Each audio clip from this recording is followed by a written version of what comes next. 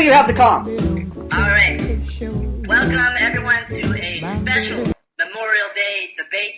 We have Professor, as always, and we have a special guest, Sask From, who found a link to Manhood Academy, made a comment on YouTube, and his comment was deleted so that we can bring him here for a live debate. I'd like to thank Sask From for coming here. And I had a little bit of a chance to speak with him before the debate. He mentioned that he agrees with a lot of the principles of the ebook, but he believes that some of the ideas and the application seem to be extreme. Fanatical? Fanatical? Fanatical? Yeah, fanatical. I guess you can call it fanatical, maybe militant. I don't know. But cultish? Extreme? Yes. Well, I don't know if you guys share the exact same. You apply the principles exactly the same, so I'm just going to go with Plum. Okay. Okay. And also, he did have some gripes about the professional victim debate, where Plum speaks to an alleged rape victim.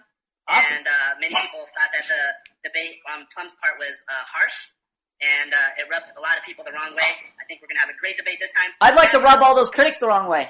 Well, it doesn't rub me the wrong way just because you talk to a rape victim. It rubs me the wrong way because it's more like... Well, before we begin the debate, I have two issues before we begin. Okay. Actually, three. Number one, Blue, could you make sure we get the consent to record the debate? That's number one. Yes, so, number two... As always, we record these debates, we post them online. We will not share the video portion of this debate, just the audio portion. It will be altered. Do we have your consent to post the audio version of this debate online? Absolutely, as long as it's unedited. All our debates are all unedited. All debates are The only thing edited is added, like the music at the beginning and at the end, but everything else is kept intact. Okay, I mean, if I did have a music preference, could be like rock and roll or something. Perfect. We'll get a music preference at the end. Yeah. I have my other issue is I don't have pants on right now. Can I debate without my pants on, or do you want pants on during this debate? Because I'm in my underwear right now. As long as you don't put the camera down towards your crotch. Well, that's what I'm worried about, because it's right about crotch level, but the camera's pointed up, so if I were to stand up inadvertently, you might catch sort of a ball shot. You know what? For safety's sake, I'm going to go ahead and... It's not the first time I've ever seen man bits, so I think... I'm going to go ahead and put my pants on just because I feel more comfortable debating with pants on. I'm going to go ahead and do that. Okay, issue number 3. Let's go ahead and clarify what we're debating about, and let's get to it. Let's do it. I'm ready. All right, you have the floor, Saskron. Okay, so let's see. I have something written down here. It's pretty much, if a girl gets raped for withholding sex for a prolonged period of time in a relationship, she is responsible in part for her getting raped. If a girl is in a sexual relationship, could you repeat? I'm sorry, just repeat that one more time, please.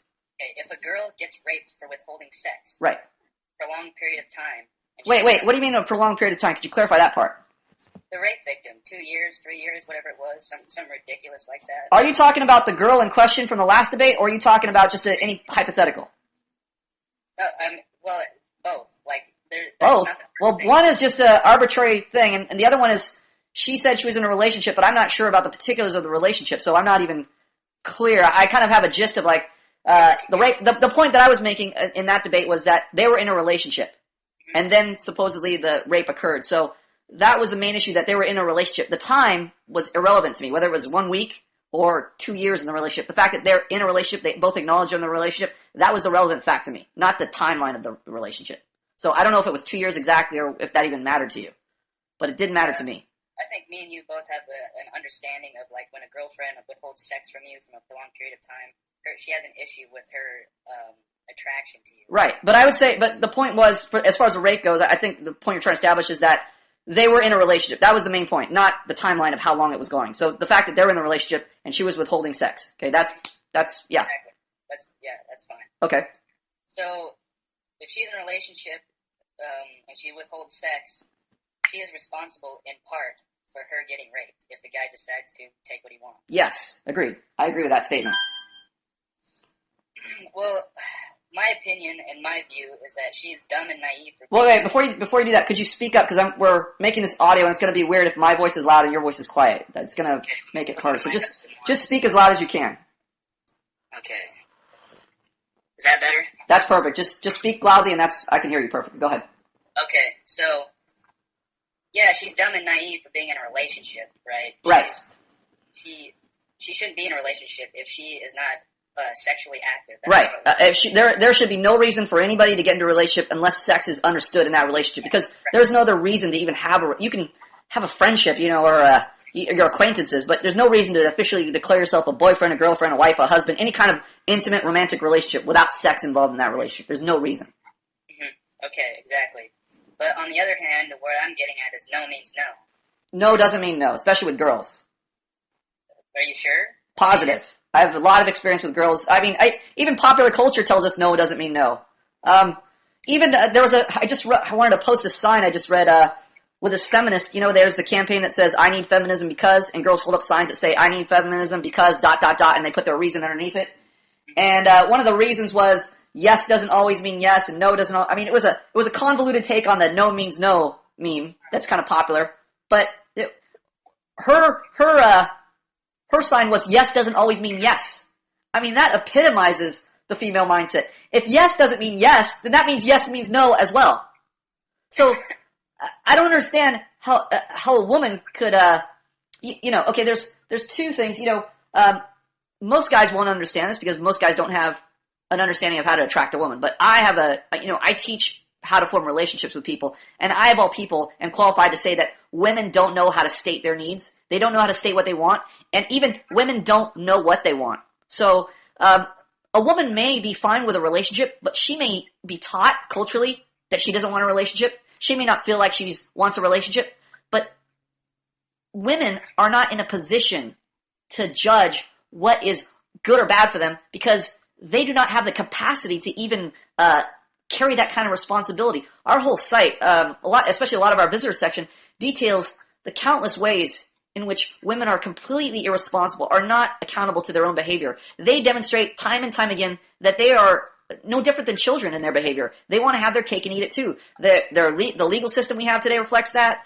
The social norms we have reflect that. Their behavior towards the site reflects that. In every way, shape, and form, women have demonstrated that they are like children in their mentality, in their reasoning, in their hypocritical approach to life. They are no way qualified to make decisions for themselves, let alone others. Okay, that's number one. That's the number one established fact. Number two, guys who have no experience dealing with women have the same mindset as you, that they think that women say exactly what they mean. Just like guys, they think, when you're with a guy, you think he says, show up at, or I'm going to call you tomorrow, it means I'm going to call you tomorrow. It's a simple thing, right? With a guy, it's understood that that's going to happen. But with a girl, it's not. And guys don't realize that. So they get very angry when, the woman says, I'm going to call you tomorrow. And they're like, this bitch said she was going to call me. She didn't call me. They don't understand it. The reason why it's not even in their mentality, or it's within their grasp of reason, because men don't understand how women communicate. They think that women are very little like men. Like if I say I'm going to do something, I'm going to do it. But this is not the case. Women make emotional decisions all the time. If they like you at a bar or at a party, for example, they will be more than happy to make a promise to you. I will call you. I will date you. I will hang out with you. And then you may never hear from them. I've had this happen countless times. I've gotten plenty of, asked out plenty of women, gotten their phone numbers, thought it was a great interaction, called them the next day, no answer. Texted them, no answer. Just off the map. And they'd give you no reason why. This is because women make emotional decisions. They don't make decisions where they feel accountable, where there's some kind of consequence if I don't do something. Because society even permits this. They allow women to make decisions and just not be held accountable for any breaking of that decision or breaking of that vow or breaking of that promise. There's no consequence. So if I make a promise to you to do something and I don't do it, in a woman's mind, it's not really a promise. Even the fact that women promise and use words like I promise, I swear, I will, any type of vowing or oath-based language, it doesn't even register in their mind as something they need to keep. It's just an emotional decision. It's emotional yes. They feel like they want to call you right now, they will say yes. And then tomorrow, they're not going to say, well, I don't feel like it, but I made a promise. No, they simply say, how do I feel today? I don't feel like calling. I don't feel like picking up the phone. I don't feel like dating this guy I just met. I have a totally different emotional response today. Therefore, what I said doesn't apply to me. So because women feel that their word does not apply to them, and yet hypocritically they want to hold men accountable to their word, you just can't have a system, a legal system, a social system, any kind of functional system where only one gender, 50% of the population, is bound by their word, and the other 50% is completely absolved of their word. It just will never work. It'll never function correctly. The legal system we have today is an example of that. The social system, the divorce rate, all the problems we have facing society that are the social in nature are a direct result of this not holding one gender accountable. So if we realize this, that women are accountable to their word, well, we have to do one of two things. We either have to just forget about our rights entirely as men and just say women rule us, which is it's silly, but that's the alternative, is to say, well, we don't hold you accountable, we're just going to hold ourselves accountable. That means we have to just basically neglect all of our needs, neglect all of our rights, neglect anything that we care about, and just basically we're in a sacrifice mindset. Whatever women are doing, we're just going to sacrifice to make it happen. No guy will live for that. No guy will eventually tolerate that. No guy will want to live under that system. And even we see that today, guys rebelling. We see men's rights groups forming. We see men going their own way. We see pickup artists. We see the seduction community. We see all types of offshoots of guys saying, fuck that, fuck this social system setup that's against me. So guys aren't definitely going to put up with that. The other alternative is to start being realistic about how we view women. And the fact that we can't even have this conversation. I mean, I can't even get men's rights activists, so-called men's rights activists, who are supposedly speaking on my behalf. I can't even get... They're fucking pussies. I can't even get into a conversation with them. I can't even get into a debate with them. Imagine what type of emasculated faggot you have to be fearful of talking to another man over the internet over a disagreement. I can't tell you how many countless times I've challenged these pussies, and how many countless times these pussies have challenged us and never followed through, never showed up. Can't even have the discussion. That's like a woman. If you shut down discussion, you're not qualified to even govern the discussion. If a woman is not qualified to come to debate, or she won't debate, she won't talk about an issue that she wants to affect your life, wants to affect society, wants to affect the legal system, she's not willing to discuss that issue with you, she's not even qualified to govern, let alone even decide her own fate, decide her own life. She has no right to govern my life. If she is so scared, so intimidated to even have that discussion with me, she's not qualified. She's a child, and I need to treat her as a child. And if I make that determination, and I think we presented enough evidence to support our case that women are children in their mentality, that means we need to make decisions for them, just like we make decisions for children. We don't make, parents, nobody says parents are being evil toward their children because they're deciding whether they go to the dentist or not, whether they eat their vegetables or not, whether they go to school or not. They just view it as the parents know what's good for their children. They're acting in the best interest of their children, and they know their children, if they're left to themselves, they'll end up like Lord of the Flies. They'll make all kinds of childish decisions. So, therefore, they say it's okay if parents make decisions for children. They're qualified to do that. In the same right, we need to start saying men are qualified to make decisions for women, because women have demonstrated they're not qualified to make decisions for anyone else, or themselves, let alone anyone else. I'd never want a woman governing me or making decisions for me based on my conversations with women, based on the competence, or rather incompetence, shown by women in social interactions with them. I've yet to find a woman who's qualified to govern me.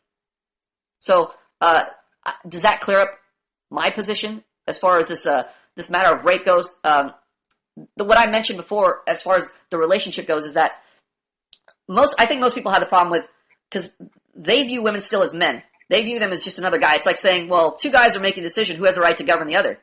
They're just both guys.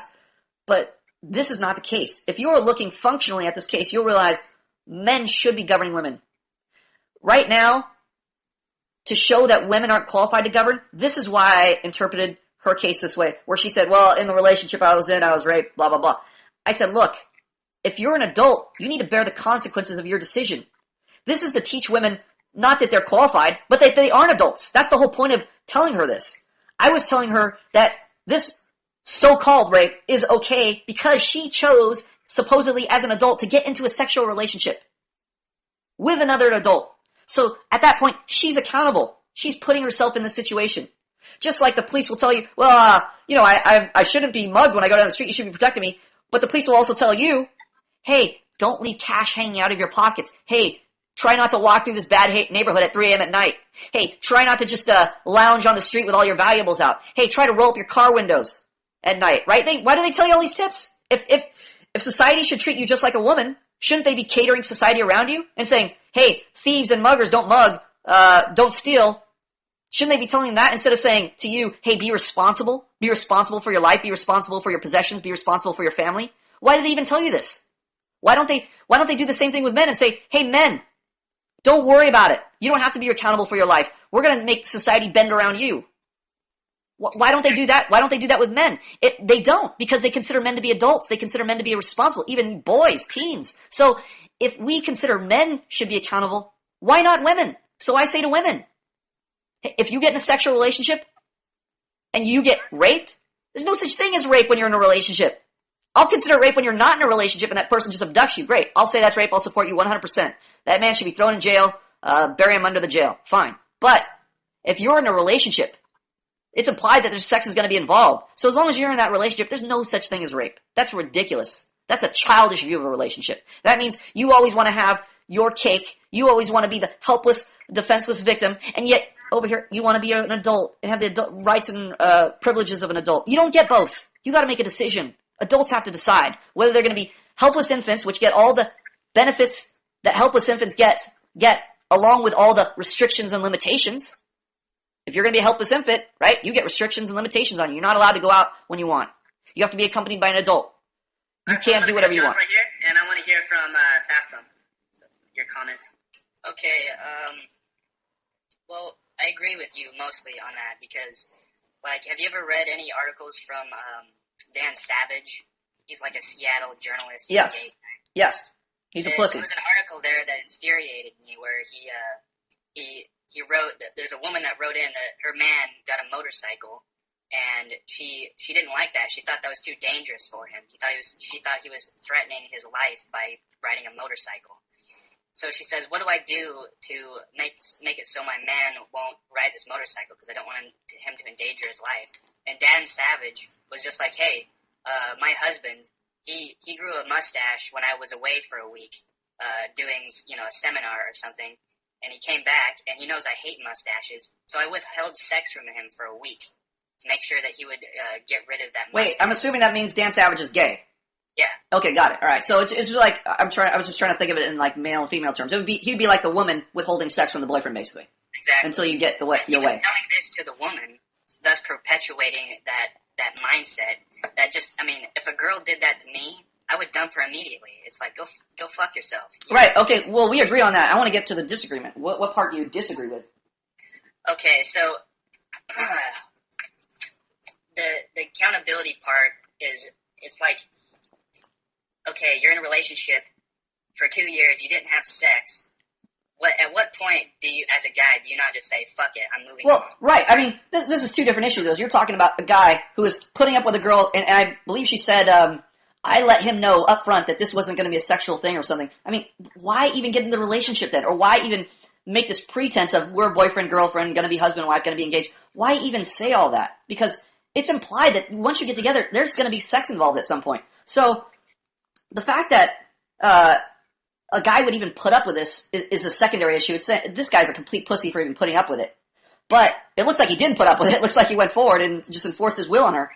But again, I'm saying to make women accountable, or more to the point, to show women that they're not accountable, we need to say that there should be no provision for rape whenever there's a relationship is already established. There should be no out like that. That would force women to become accountable, or at the very least to say, if I get in this relationship and this guy rapes me or has sex with me against my will, I can't complain that it's rape. So I have to decide, I have to be responsible and say, number one, should I be in a relationship with this guy? And number two, am I even ready for a relationship where sex is involved? Right now, as childish infants pretending to be adult women, they don't have to make that decision because the law protects them. Our ridiculous, phony, hypocritical, fraudulent legal system protects them from having to make that decision, protects them from having to be adults. So that's why I said she shouldn't be able to make this rape charge. It's ridiculous. It's utterly ridiculous. It is, but then again, I think me and you both agree that it's a balancing scale. When you take accountability away from one side and put more accountability on another side. Right. Like, I would rather have way more accountability on the guy's side because rape is a far greater evil than just withholding sex from somebody. Okay, if we're going to say that, then we got to balance it. But that's the problem. It's not balanced. If guys have the accountability on their shoulders, that means by default, women have to have more limitations and restrictions on what they're allowed to do. I'm all for that. Hey, I'm all for that too. I'm not giving you my absolute view. I'm giving you my relative view relative to the situation. If it was my absolute view, women wouldn't even be able to be allowed to decide the relationship parameters. They wouldn't even be able to they wouldn't be allowed to pick who they're getting into a relationship with. That would be a man's job to do that. Either their father or somebody else. They wouldn't even be allowed to make that decision. So that's my absolute side view. This view where I'm saying this woman shouldn't be able to press rape charges, that's just based on the current bullshit system. This is just designed to show women that they're not adults. It's just to expose that problem. It's not really to solve the problem. So the solution I'm giving you doesn't solve the relationship problem. It just exposes the problem. Okay. So, I mean, that's the part when she started, getting in tears, right? Because you were saying that, you were in part responsible for... Right. On one hand, she as a child, she doesn't want to hear that she's responsible. All she's focusing on is how the world is bad to her. That's what a child does. They don't focus on what they've done. They focus on what other people have done to them. That's the difference between an adult and a child. An adult will examine, are my actions correct? Are my actions moral? Are my actions right? Are my actions functional? Whereas a child will only go, what are you doing? What are you doing to me? And that's where she felt like the victim, like I was just attacking her. I just wanted her to be raped. I just wanted her to be assaulted. Like I had no concern for her. When she's not realizing she has no concern for the guy. She's just using him. Women always accuse men of objectifying them. Oh, you just view me as a piece of meat. You just view me as a bikini, as a body, just a fuck. That's exactly what she's doing. She doesn't view this guy as a human being who's worthy of respect, a respectful treatment. I mean, look how she treats him. Look how she treats his sexuality. She takes advantage of it. She knows she can get favors from him, but doesn't have to put out. I mean, she's just using him, exploiting him. That is the epitome of objectification. So she of all peoples is the ultimate hypocrite here. She's treating this guy like he's just a table, a lamp. She could play around with his feelings, do whatever she wants with him, with no consequences. Oh, now there's a consequence. Oh, now he did something bad to me. Oh, poor me. What about him? She's completely objectified him. I agree, but let's put the shoe on the other foot here. Like, say hypothetically, if you got drunk, went to a bar, okay, and you went home with a chick, drunk, but you sobered up at the end of the night, and right, you started deciding that you didn't want to, you didn't want to go through with it. If right, you had her at a place and you're, something happened, you think she's you got a fucking STD or something, whatever. Mm-hmm. You decided to do it, but she roofies your drink. Okay. Right? So you wake up with your pants down and bloody. Where's the accountability right there? Okay, that's different. We're not in a relationship, right? Mm-hmm. We're just having a one-night stand, whatever. I mean, aren't I rolling the ball? I mean, aren't I rolling the dice there? I'm drunk already. I'm already making irresponsible decisions. It's kind of hard to say at that point, well, I'm drunk. I've asked a woman over. I've come over to a woman's house. She's roofied my drink. I mean, there's so much irresponsibility on both sides. It's hard to just say, oh, well, obviously she roofied, so roofie's bad. I mean, what about my decision? I'm not a responsible adult. I shouldn't be held accountable for drinking and just putting myself in this bad social situation where I'm inebriated and can't make competent decisions. Where's my liability in this? So we either need to decide that we're adults and stop being pussies and stop coddling everybody and stop trying to instead of realizing we're trying to divide up an ice cream. And there's two ways to do it. You can be an adult about it and realize 1 micron of mass of that ice cream is always going to be bigger on one side. There's no exact way to split it 50-50. If you realize that, you're not going to worry if this guy gets 20 grams and you only get 18 grams of ice cream. You're splitting it. That's the essential point. You're sharing. That's the principle. You're sharing the ice cream. But you could be in today's legal climate, in today's legal system, where you can't split the ice cream unless it's exactly 21 grams each. To the micron.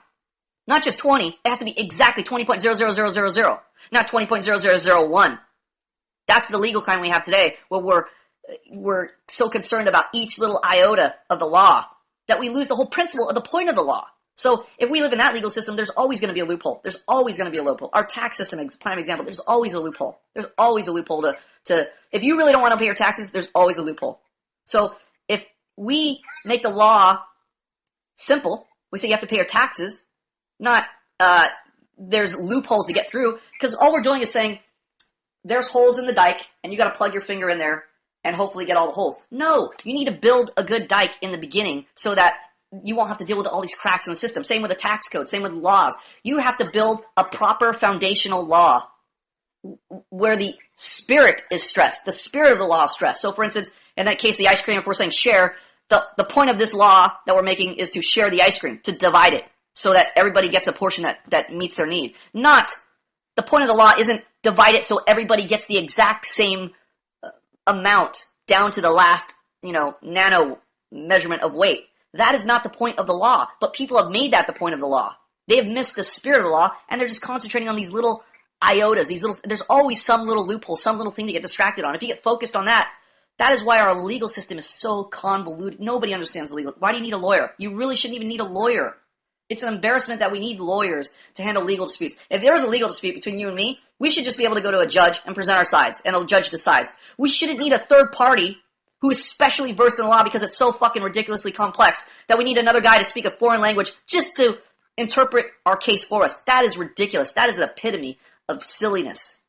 That we need another person to present our case for us because it's so complex we wouldn't understand it otherwise. I mean, think of that. It's normal to us, right? You think, oh, if I get an illegal dispute, I gotta hire a lawyer, right? It's just instinct. But think about if you did that with your friends. Like somebody stole something from you and you had friends around, you had 8 friends around, you gotta decide something. Would you go, well, hold on, I gotta hire a special friend who's versed in these matters of theft. And I'm gonna hire him to present my case to you, and this friend will hire another person to present his case to you, and you guys will decide that based on what these guys say on our behalf. Imagine that. It's ridiculous to us, right? We just say, if you and me have a problem, we'll take it to our buddies, we'll say, hey, this guy did this, and this guy did, what do you guys think, right? We'll just get the opinions. They'll judge it. We're trusting them to give us an objective opinion. And we're trusting that we're smart enough to just present the case. Present what we feel is the moral thing, the just thing, the right thing, regarding our actions in the case. But yet now we have this whole system which we accept that is, it's beyond us. The tax code is beyond us. We gotta hire a tax advisor. The legal code is beyond us. We gotta hire a lawyer. Otherwise we can't even function in the court.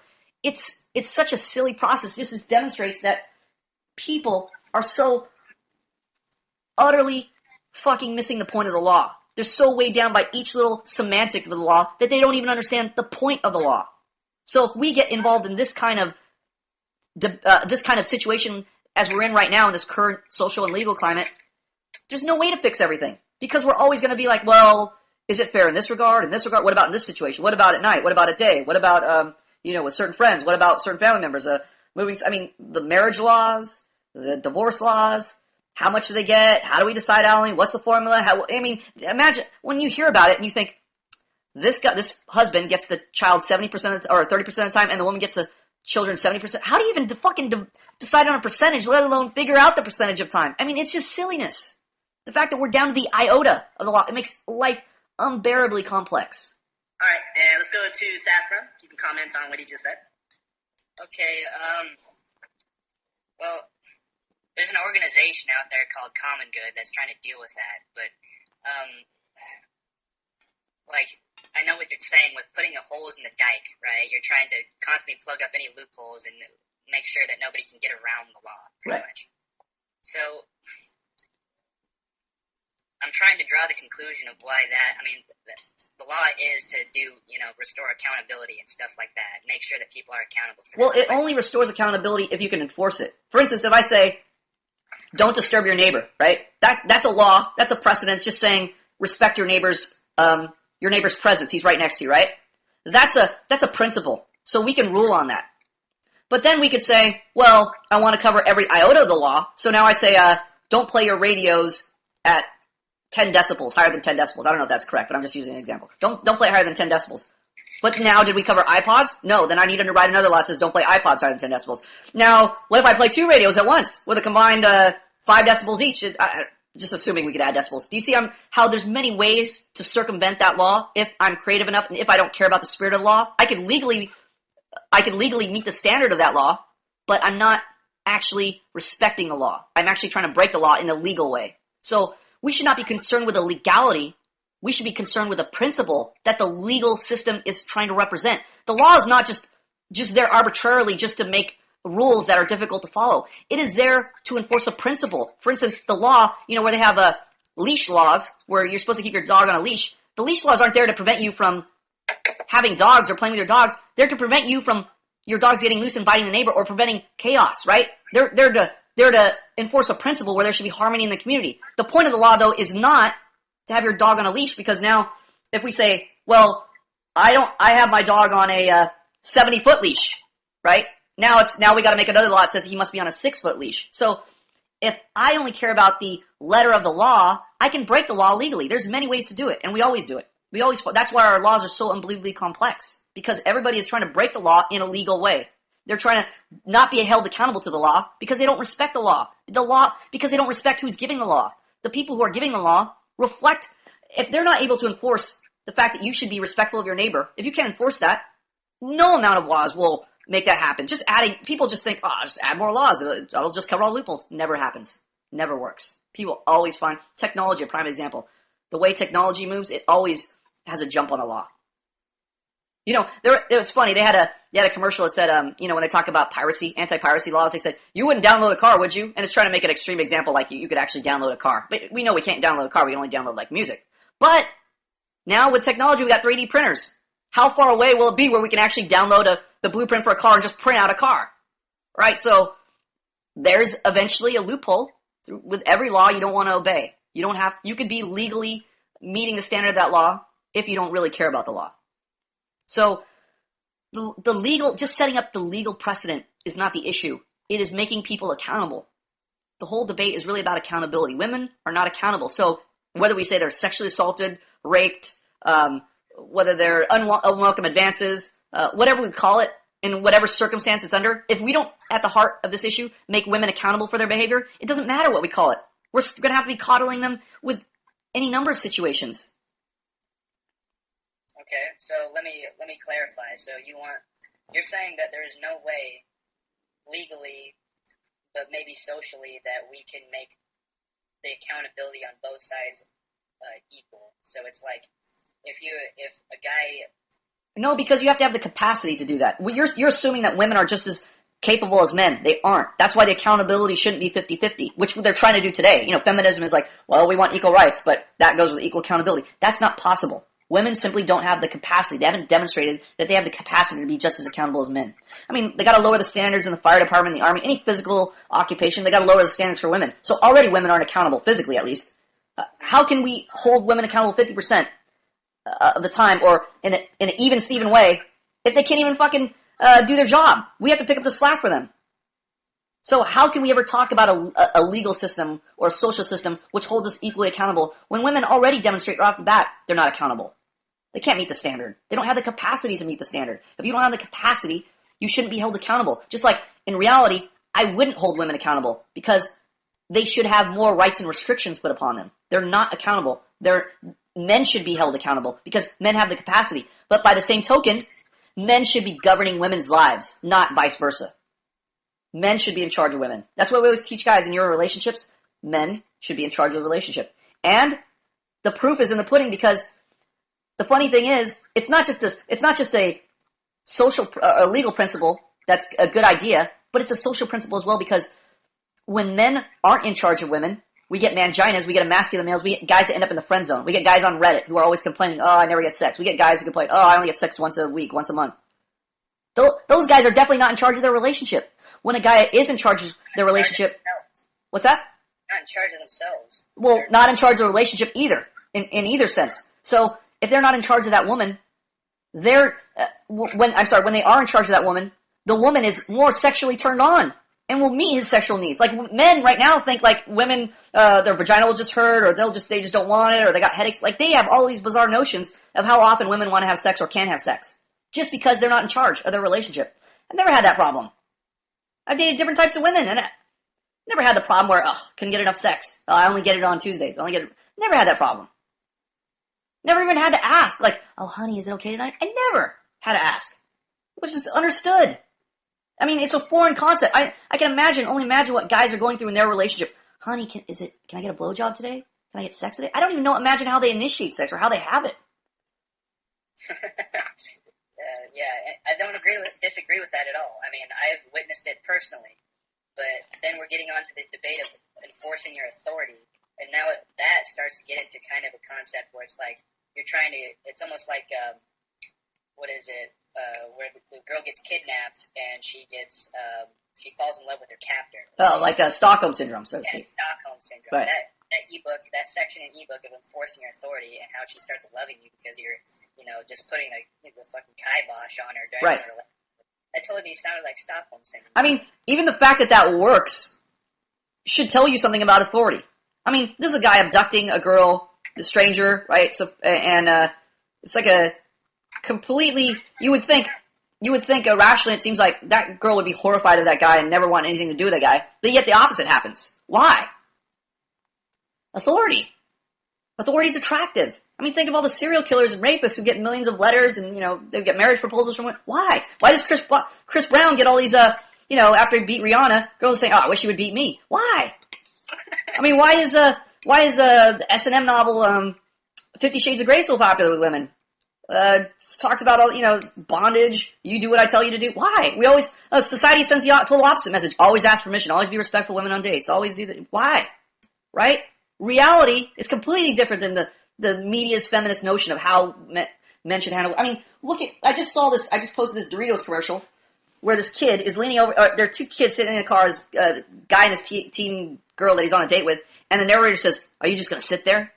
Implying that you gotta make a move, you gotta make a sexual move. And he leans over real quick and just kisses her. It's like very awkward. She's like, this is like a blank stare, he just kisses her, and he's just kinda like eating his Doritos advertisement. But the social setting is kind of familiar to people, and they're going, that's saying, as a guy, you gotta make the move. She doesn't know she's not gonna tell you, hey, can you kiss me now? And he's not gonna ask like a feminist wet dream when he would go, honey, is it okay if I kiss you on the lips for 1 second? And she'd write, yes, I give you permission to do that. You have consent to do that. Not gonna happen. So why would they ever dare make a commercial like that? That's like rape. Under feminist criteria, that's rape. He didn't ask her permission, he just went over and kissed her. That's like street harassment. That's like rape. So the fact that he could do that, and society's okay with that, lets us know there's these silly double standards where on one side, we say, well, we gotta protect and coddle women, make new laws for them, sexual street harassment laws, rape laws, blah, blah, blah. And then on the other hand, oh, by the way, we'll also make it romantic. No, you can't have both. And there's a disintegration on the romantic side because we're always trying to enforce the legal side, the legal protections for women. Women don't realize the more legal protections we give them, the more we make the climate more unromantic for them. Women always wonder, oh, why can't this guy be in charge? Why can't this guy be in charge? You need to tell him, because you dumb bitch, you're the reason why he can't be in charge. If he was in charge, you would cry rape. Yeah, I have no refute on that. So, let's see here, getting back to, so when we're getting back to the 2-year relationship thing. Now, since he's not enforcing his authority, right? Right. So, in your ebook, you stated that enforcing your authority is when somebody, like the male, he's able to meet everybody's needs and expectations, including his own. Right. At the same time. Right. That's not going to happen. I mean, that's more often. I mean, sometimes you'll be able to do that, but you're going to have conflicting interests no matter what. You're talking about two different things. You will have conflicting interests, not me. If you're having conflicting interests, you're not in charge. That's a simple tale. So, I mean, even if your expectations are perfectly functional, you will. I mean, if they're completely they're not dysfunctional at all. They will always be able to be met along with. They won't always be able to be met. It's not what I said. A lot of times you'll go into a relationship with mainly dysfunctional expectations, not functional expectations, bad expectations, because you don't know how to run a relationship. That doesn't mean. And that's a pussy faggot that you're talking. Well, no. It could also be like a guy who just he wants to have threesomes, like he wants to have a relationship with 3 girls at the same time. Dysfunctional, but he can do it. It's possible to enforce it. That's not the issue. It is really the problem with a lot of guys is just enforcement. They don't know how to enforce an expectation. That's really the main problem. They don't know how to get the expectation met. So it's not a matter of if they have a good or bad expectation. It's what do they do to enforce the expectation. I mean, Hitler had terrible expectations, but he was able to enforce them. So the expectation you have, yes, it's great if it's a functional expectation, but it's just as important for you to know how to enforce it. Otherwise, even having a good expectation is meaningless if you can't enforce it. Right. We have so many good intentions we can't enforce. What's the point of that? Well, then that gets back to the story in your ebook about how you were in a bar scene and a girl touched your shoulder. Is this ebook, by the way, done by you or like a group of people, or where did you get this ebook? Well, there's 2 main authors, but there's definitely contributions by other people and their experiences that kind of color it, but it's mainly myself and Dr. Ladice. Dr. Ladice, okay. And who is this man? What's that? Who is this man? Dr. Ladice? He's one of the authors of the ebook. It's not really relevant to the debate right now. We can discuss that after. Okay. Well, anyway, she touched your shoulder, and you said, "Don't touch me" or whatever, and she, was trying to physically get you out of the way or whatever, and then her boyfriend or whatever, Her brother. her brother, goes and starts trying to enforce her expectations on you. Right. So, when we're talking about expectations here, in the ebook, it doesn't state that your expectations can be dysfunctional and you can still get them to be met. Oh, it does state that. It does state that. But it talks about different, there's two sides. There's your expectations, whether they're functional or dysfunctional. That's an issue, and it's discussed in the ebook. Then it talks about enforcing those expectations. It doesn't say you can't have dysfunctional expectations, because there's a section in the ebook that talks about preferences, and we all have preferences. Like, I like Mexican food. That's a preference. But a preference is a dysfunctional expectation. So, just because I prefer something doesn't mean it's going to make a relationship work. And just because I prefer something doesn't mean I'm going to enforce it, or even if I do enforce it, doesn't automatically mean the disintegration of the relationship. So, it's not strictly speaking, the issue isn't whether you have a functional or dysfunctional expectation or whether you can enforce it or not. It's really the overall picture. It depends on how big the expectation is and how big of an effect it has on the relationship. For instance, I can enforce an expectation like we should eat Mexican food, and my girlfriend, let's say she doesn't like Mexican food, and we go eat it. It's not a really big deal. So it's not going to have such a huge detrimental effect on our relationship. Whereas if I enforce an expectation like we're going to have threesomes, that may have a huge impact. I may be able to get that met, but that can have a huge impact on our relationship. So it's not just strictly, you could say, it's the matter of the expectation being dysfunctional or not being able to enforce. It depends on what the expectation is and how good or bad you are at enforcing it. Okay. So, I want to get to the subject now that initially started the little scuffle that me and you got into over the internet. I don't even know what that God, is. I'm waiting for the scuffle. It sounds like an agreement, not a debate so far. Let's get it on. Let's take the gloves off. Let's start throwing dirty blows. Well, it never was like that for me in the first place. All of a sudden, someone started calling me a pussy faggot. Well, I believe you were a pussy faggot, and I believe it took you so long to even come to debate, I conclude that you were definitely a pussy faggot. Okay. Great. Your rebuttal to that, sir. My rebuttal is, you're a loudmouth asshole. Loudmouth, yes. Asshole. Well, I would agree with you in that asshole I would use in the same vernacular like a woman calls me an asshole or crazy or a jerk, meaning you're not giving me my way, so I would agree with you. What is my way, though? Like, if you want to have your way, your view, and I agree with your view, then I wouldn't be an asshole. Whereas if I disagree with you, I would automatically be an asshole, even if it was a good disagreement. So, I wasn't even trying to enforce my view in the first place. No, I believe you were. I believe you probably made a comment that was probably like a silly comment or a retarded comment, and I deleted it, which I do to silly comments. And if it was a challenge comment, I would have invited you to debate with us on the channel, because we like to have all our critics debate us just like this in this forum, so we can have these type of discussions. Because YouTube is no place to debate; it's a comment section, and it's easy to be unaccountable to your views when you're able to type them out. So we don't do that. We don't play that game. If we have a critic, we have a genuine critic who wants to make a criticism against us or our work, we say, come debate us live. Don't be a pussy and do it as a keyboard warrior. We want you to do it live, because you can be held accountable. It's easy for me to hold you accountable right now when you're speaking real time versus when you have a keyboard and you can play semantics with it. Just like I explained the legal issue, that's exactly what you could do behind a keyboard. You could play lawyer behind a keyboard, where it's much harder to do. I could point out your errors very quickly in a live debate. I'm not sure that people take the internet that seriously. I mean, They do and they don't. The internet accountable over Skype. Well, look, I like to be civil and stuff like that, but it's like, okay, this guy is just screaming at me because I posted a comment on YouTube. It's like, yeah, but how could you tell the fact? I know you take the internet more serious than me, because you're telling me I'm screaming at you, and a lot of people read caps as screaming. I mean, it's caps lock to me is a push of a button. It's not. I can't tell if they're screaming or not. The fact that people attribute screaming to a capital letter, it tells me already that people take the internet seriously. I mean, our life is lived on the internet, but so of course that people take it seriously to a certain extent. Yes, when you're online and you have no social life, that kind of dictates a certain personality that is like a more brash, larger than life personality on screen than actual in real life.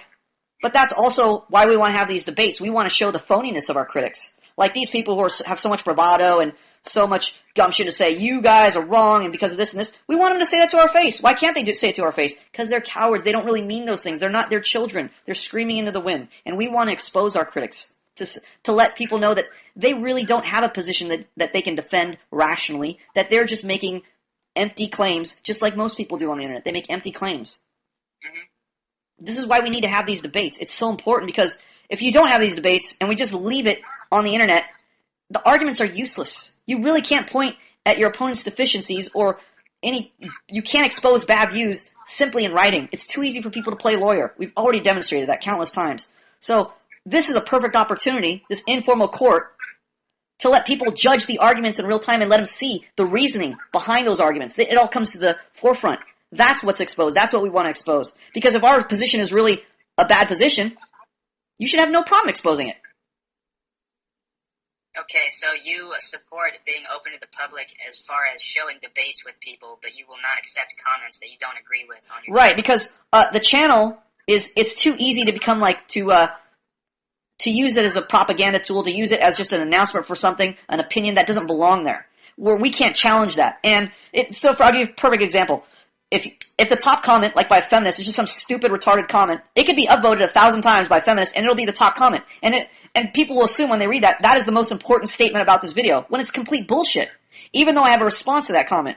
Whereas in a debate, I can expose that as bullshit, and it won't be promoted and viewed a certain way or presented a certain way. So it's very easy to make views, to fraudulently bolster views on the internet. Whereas in a debate, you can't do that. I won't allow another person to do that to me or to my view.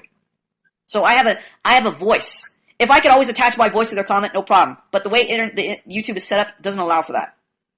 So no, I will not allow comments where I cannot respond to the criticism. If YouTube implemented a system where my comment was locked to their comment, great, no problem. But the way it is, no. We have always had the policy of allowing dissenting views. We smash dissenting views regularly. We have trouble even finding critics who will even face us. That shows how credible our work is. Mm-hmm. Okay, so my original comment was that, okay, so I think it was about, like, when someone was going down the highway and a piece of cardboard flipped up into their windshield. Oh, yeah. Right? Something weird like that. Mm-hmm. And they drove off the road and hit someone and killed them, right? And you Right. said the person that hit the person off the road should pay with their life. And the person with the cardboard that didn't strap the cardboard down to their truck or whatever should also have a severe punishment as well. Maybe death, maybe not, you know. Well, yeah, as much as they're irresponsible, I forgot what we said. We said something for sure, like about an act of God, like if there's a crack in the road or, you know, something, lightning strikes. I forgot what we said for that stipulation. I know we mentioned it for sure. But, yeah, as much as you're irresponsible in causing that death, for instance, if the guy's not strapping it down and there's a strong wind, there's a reason why they tell you to strap things down a certain way. So that doesn't happen. So if that happens, you know, freakishly strong wind comes along and blows your stuff away and you didn't properly strap it down, you should be held accountable.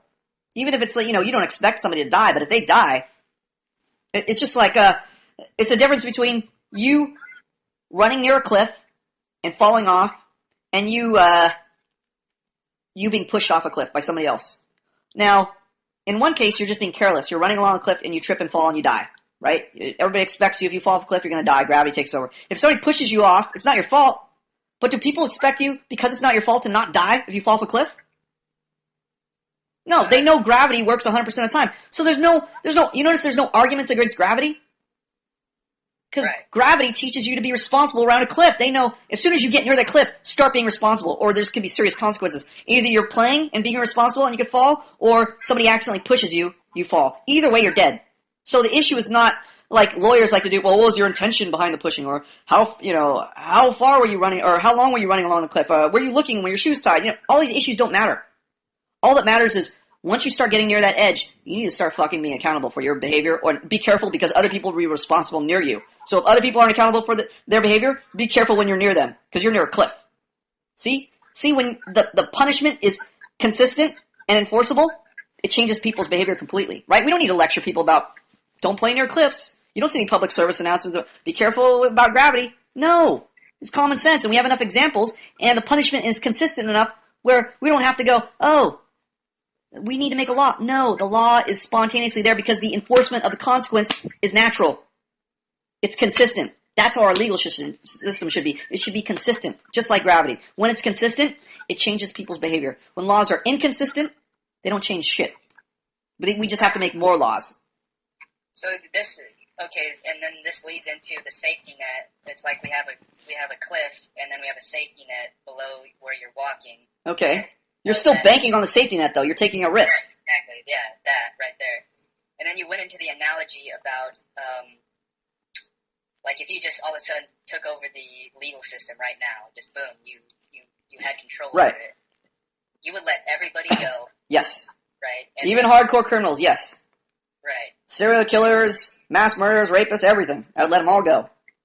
Yeah, and you stick by that. You yes. think that would work. 100% guarantee it would work, because people think, well, you're letting terrible people out, but they don't realize the real difference, which I realize, is enforcement, because I would enforce, whereas people today don't enforce, and that's exactly why we have the legal system we have today.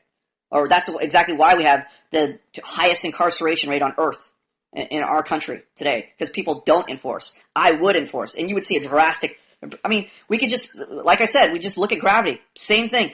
Do we have to worry about enforcing around cliffs? No, because we know there's going to be a punishment 100% of the time, and it's going to be consistent. So there's no thought of like worrying about, oh, people are going to run around cliffs.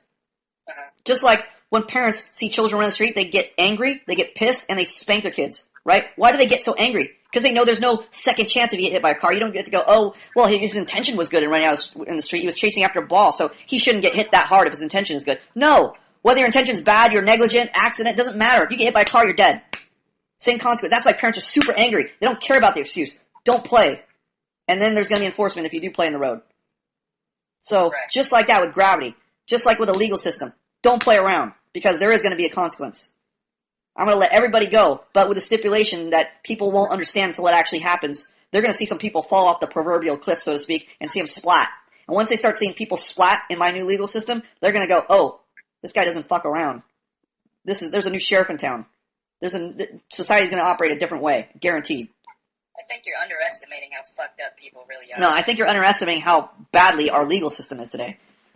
Or how badly our legal system operates today. They don't care if they die. They don't. They do that. They don't even think about that. Yeah, but you don't realize that. Why is the reason why they don't think about that? Because we have such a bad consequence enforcement system. If you got spanked when you were younger, you would think about that. Right now, we're trying to outlaw spanking. That's why criminals don't think about that. Criminals don't think about their actions at all. Because there is that lack of enforcement at a very early age.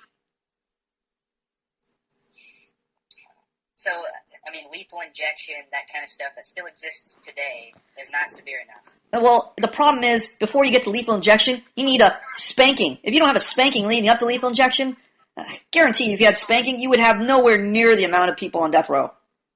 Or even in prisons. Enforcement starts young, not when you're at the height of your criminal activity. Okay. Well, I feel like that's, well, I'm trying to think of how that could be enforced, and it just seems too extreme, and it just seems like it's going to, it's just putting in a box something that a much bigger problem. Like, well, here's the thing you don't have experience with. Enforcing your authority, enforcing your expectations. Once you are able to enforce your expectations, you will be able to extrapolate to family situations, to government situations, to work situations. Right now you can't extrapolate because you don't even know what enforcing your expectations is like. I do know. That's why I'm saying this. You don't know. I would tell you, first, govern your own relationship. Once you can do that, then you will be able to see that. If you aren't able to do that right now, you aren't. There's no way you could possibly extrapolate to these different types of situations. It's out of your realm of possibility. You have to even see it's possible first. You have to know how it works first in order to be able to extrapolate. Well, like in a relationship, yes, but like say, like in school, like throughout school, like you had to enforce your expectations. Right, but you're saying in a relationship, yes, as if it's a given that you can already enforce your expectations in a relationship when you obviously can't. So, how are your relationships? How are your romantic relationships? I'm going to guess not good. Okay, fine. I mean, you don't even know me, so... Oh, I do know you. That's why I said not good. If I didn't know you, I would say I don't know what they're like. I'm saying not good exactly because I do know you. Okay. What do you know about me then? I know that you can't enforce your expectations, and if you can't enforce your expectations, your relationships will not be good. Especially your romantic relationships. It's not about that I can't enforce my expectations. It's that I don't want to. Oh, you don't want to, right? Yeah. You don't want sex. You don't want your girl to not cause problems in a relationship. You don't want any of that. You don't want to. Is that what you're telling me? Nope. I don't. So you're trying to be a monk? You're trying to be asexual? You don't like sex? What's the deal?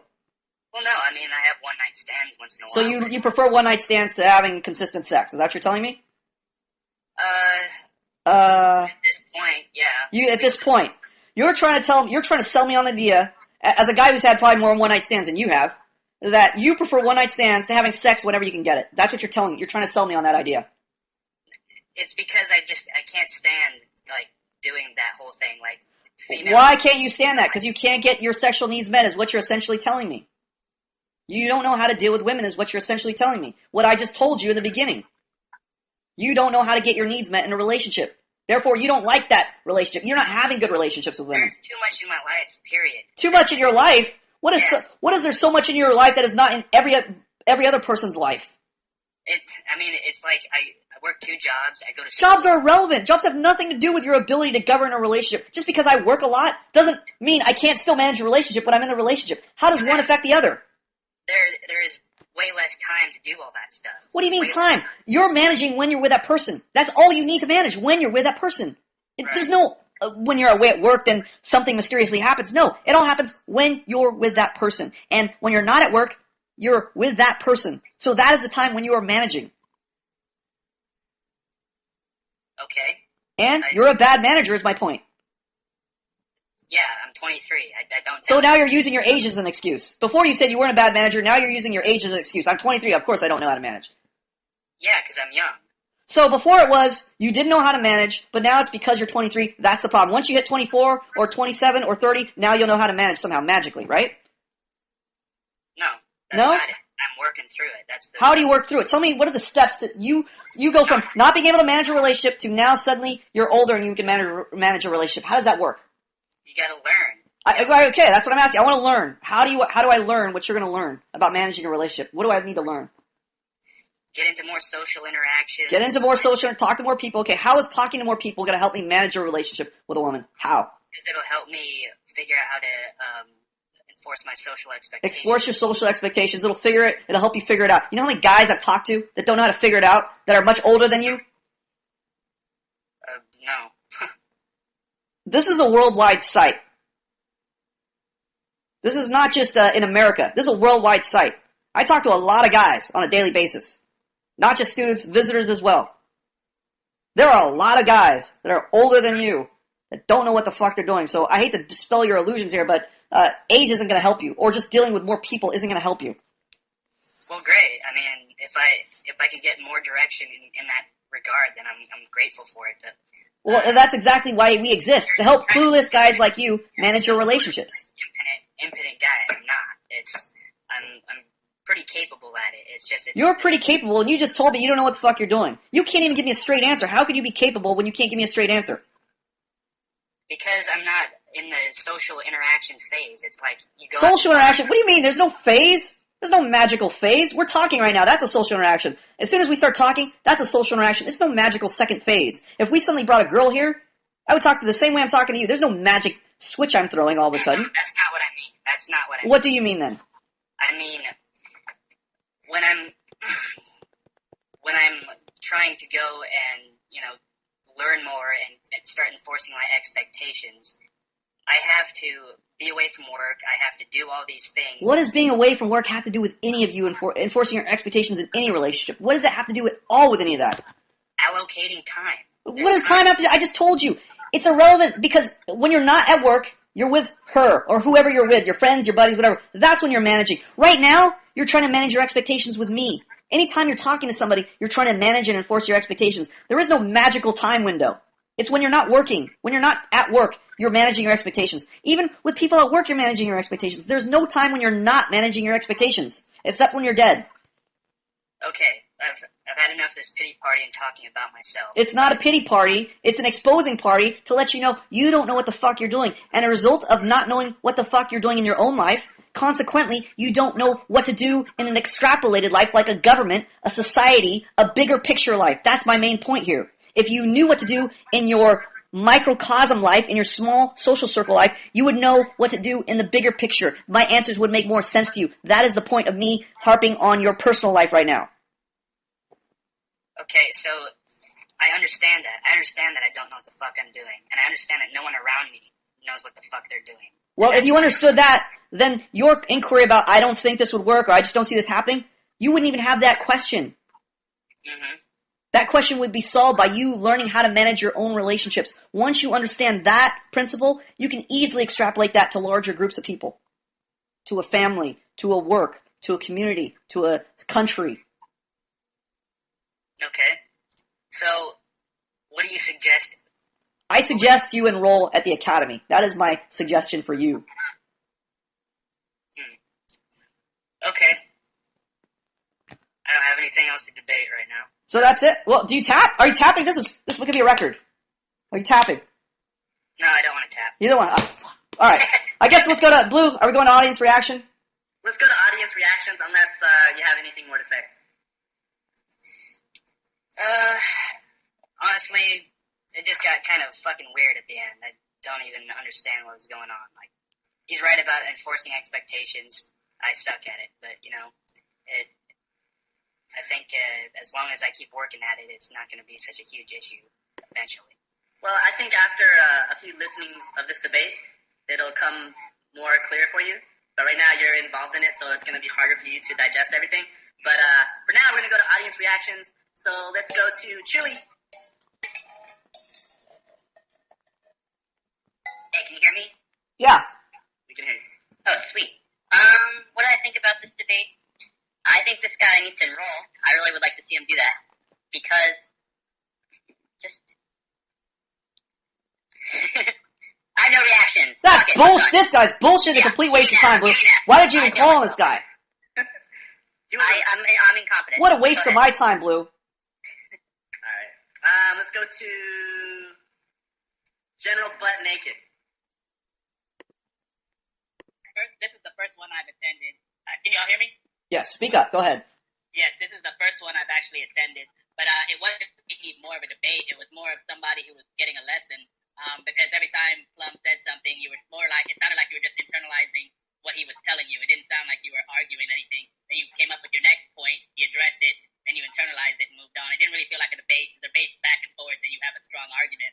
It just seemed to me that you just got like a really good lesson. I mean, and I'm not saying that in a sarcastic way. I mean, you got a really good lesson. You got a really good eye-opening. Because all that stuff you were talking about your age and all that stuff, I've been there, done that stuff the same way, and it's going to come full circle. So, like Blue said, later on, I think you'll appreciate the lesson you got when you go back and listen to it. But it didn't really feel like a debate. It just felt like you learned something today, Steve. All right, let's go to Funkymon. Can we go to the guy that was smirking the entire time in the debate? He's got a blue shirt on. Yeah, let's go to him after Funkymon. Go to Funkymon, then we'll go to him. We'll go to Smirker. I have the blue shirt. Yeah. We'll go to the Smirky guy. Okay. Okay, when I heard this debate, the part about the social interaction, I felt like it wasn't going anywhere, especially when you were lecturing him. And I don't even know. I just got in and it felt all over the place, and it just felt like you were just lecturing him most of the time. You were expecting a throwdown. Yeah. Yeah, I was expecting like something like that. He was expecting a throwdown, and it became a classroom lesson. He was bored. Okay, let's go to Smirky shirt. Oh, it's Death by Porn. Death by Porn. Yo. Okay, well... First of all, explain your smirk, and then get to your point. Oh, I'm gonna... they're connected. Okay, they're connected. Yes, Got it. yes. All right. Okay, so as soon as I came into the debate, I saw Saztrum, and I talked to him a little bit when the debate started, and he seemed like he was very definite, very clear on what he wanted to talk about. He seemed like, I thought he was actually going to give you a run for your money, Plum. And, but it turned out to be the exact opposite. It turned out to be basically just an extended version of class where I basically watched you talk to him the whole time. And, that doesn't bug me so much. That's not why I was smirking. The reason I was smirking was at the end, when he was making up, excuses and trying to dodge around your criticisms and kind of run around them with it's my age, because of this, it's because of that. It reminded me of myself. and my first conversation with you when I first came to the academy. So the whole time this was happening, the whole time he was making up those excuses, I was kind of like, I was seeing this and seeing myself and just kind of agreeing, and getting into the memories. But I expected more out of this debate, and I did get what I wanted. I got to hear some brand new perspectives from you, Plum. You brought out the principles you meted them out in a new way that I'd never heard before. And yeah, that's my reaction. All right, thank you, Death Horn. Let's go to Reed. Hey, I have very little reactions except this didn't feel like a debate at all. Hold on, Blue, can you mute the other mics because we're getting feedback? I just want to hear Reed right now. Is everything muted? Just click mute all, Blue, and then unmute Reed. Motherfucker. Everyone's on mute. Actually, I think that feedback's coming from Sastrom. Okay, go ahead. Alright, so I just wanted to say that this didn't really feel like a debate. It felt more like, Blue, could you mute his mic, please? Motherfucker. So I wasn't disappointed. I was more surprised that I didn't get that debate. Like, we didn't get that clash of views. It was just more like Sastrom was just writing along with Plum, which is a good thing because that means he's understanding the material. So I just want to see this guy enroll. I don't have really any reactions because it seemed like a class to me. All right, thank you, Reed. And let's go to Furniture. Yeah, I wasn't really here that long, but I heard you were talking about the consistency of the principles. I think you addressed this the last debate where, if you're hanging around at the edge, there's going to be a consequence, and the consequences shouldn't vary. Other than that, yeah, like everybody said, it was like a learning lesson at the end, and you're just educating him. He was being a little reluctant at first, but I think he understood it, and I think he'll listen to this again and, understand even more, and hopefully enroll. So, all right, let's go to Raymond. He wasn't here. Skip. I wasn't here, but I will say definitely enroll because it's a cool experience. That sounds like propaganda. This guy wasn't here. I would like to strike his testimony from the record, Blue. All right, stricken from the record. Thank you. Let's go to Mr. Shy Guy Shepherd. Hey, when I heard this guy talking about his views, I kind of gotta say, I hold many of the same views still right now. And that's part of the reason why I enrolled in this academy, because I realized that the way that I was, like, my outlook on life and my views on women, they weren't really getting me into any kind of relationships at all, So, and also, yeah, I felt like this wasn't really a debate. This was really just a class. He was kind of silent most of the time, and Plum was doing, like, 90% of the talking. So I guess I was kind of disappointed, because I really wanted to hear him, like, assert his views and see what kind of a reaction we get from Plum. But yeah, definitely enroll. I feel like enrolling here has given me more confidence in my social relationships. And, yeah, that's my reaction. Propaganda. It sounds like propaganda film. Let's go to Payson. I was disappointed with this debate. I didn't like it because it was just sounded like another classroom to me. This guy comes in and mainly he's just agreeing with what the professor is saying. I dislike that because I want them to scream at each other, I want them to get butthurt, I want professor to start yelling, but I like it because this guy, it seems like he knows how to listen to the professor. Like, it's like he has a greater ability to reason than most of the guests that have come on to debate. And so I like that part about him. So, yeah, that's my reaction. All right, thank you for that. Let's go to Poser. I like this debate. Even though there's no other crazy arguments or drama, these kind of debates, it helps to, for clarification of some of the ideas of the academy and that happened in this debate. And clearly when those ideas are clarified and the other party was able to understand, he was like, oh yeah, this makes sense. So it's good to see that. Sure, you can argue crazy chicks and have entertainment, but ultimately, I like either one, and in fact, I like this better. And now that these debates make sense to men, and when I can see it making sense to men right in front of my eyes, I like that. And it's almost like this guy might consider, wow, this is actually sensible stuff, and he might join here. And so I like this debate. That was my reaction. So he likes the sophisticated stuff. He doesn't like the show. He doesn't like the pomp and circumstance. Yeah, I like shows too, but we can have that if we want to. But these are nice too. I like this even better. Okay. Blue, what about you? Thanks, Poser. Sastrom didn't come into the debate with many disagreements, but I always appreciate how old topics can come up and how you have the ability to make it fresh and new and coming from a whole different perspective, different examples, just to clarify what's in the ebook. But I always appreciate the debates because they do expose our critics, and I believe this was educational. It wasn't, no, all the debates are educational, but I think this was especially educational for Sastrom because he came in here with mostly questions and not actual arguments. But we appreciate the questions. I think questions are welcome. But I want to throw it out there that Manhood Academy is looking for the baddest, biggest mofo out there. We want Johnny Cochran to come into the debate. What the fuck? I'm not ready for Johnny Cochran. All right, well, if you said it, I guess I have to do it. Yeah, we want the biggest, baddest mofo. Preferably a guy every girl that we've debated has cried, has rage quit, could not finish the debate. So we're looking for a guy. If you're a girl who can come to the challenge, please sign up to in our debate center. But that's all I have to say. Oh, we should also thank Blackform for coming over. And as always, we'd like to thank the guests for coming, and we enjoyed ourselves. Hot down places.